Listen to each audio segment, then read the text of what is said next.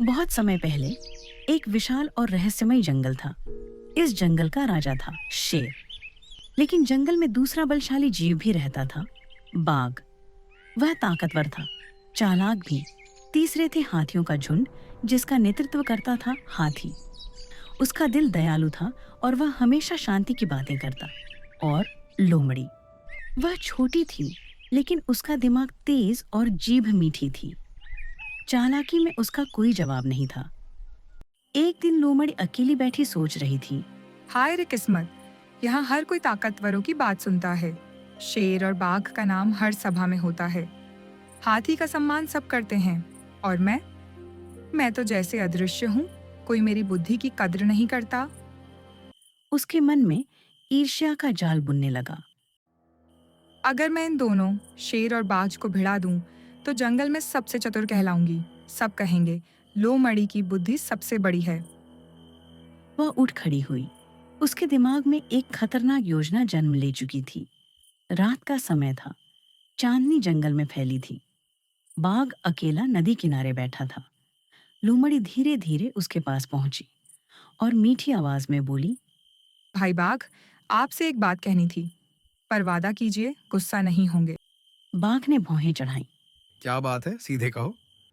लोमड़ी ने धीरे से कहा। शेर ने आपके बारे में बुरी बातें की हैं।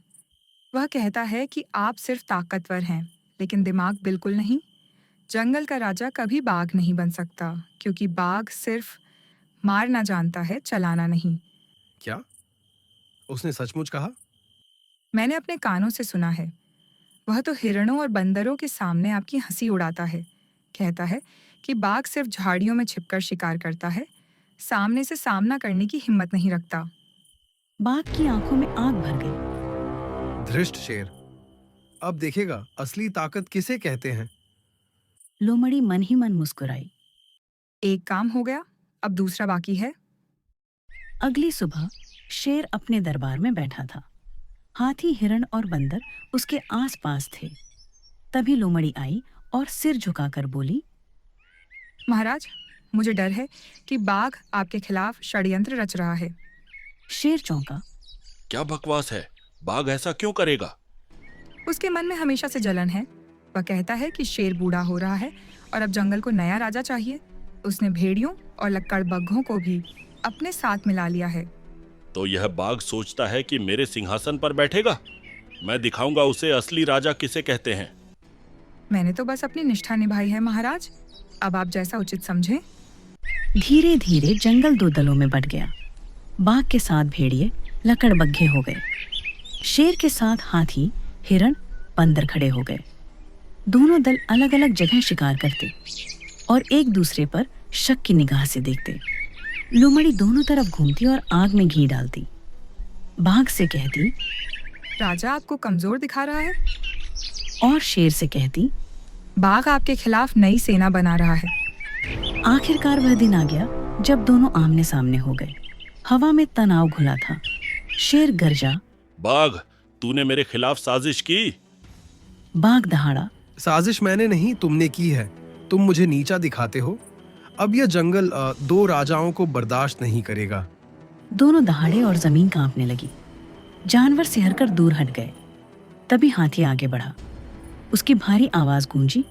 रुको, क्या तुम दोनों सोच भी रहे हो कि तुम्हें लड़ाने वाला असली अपराधी कौन है?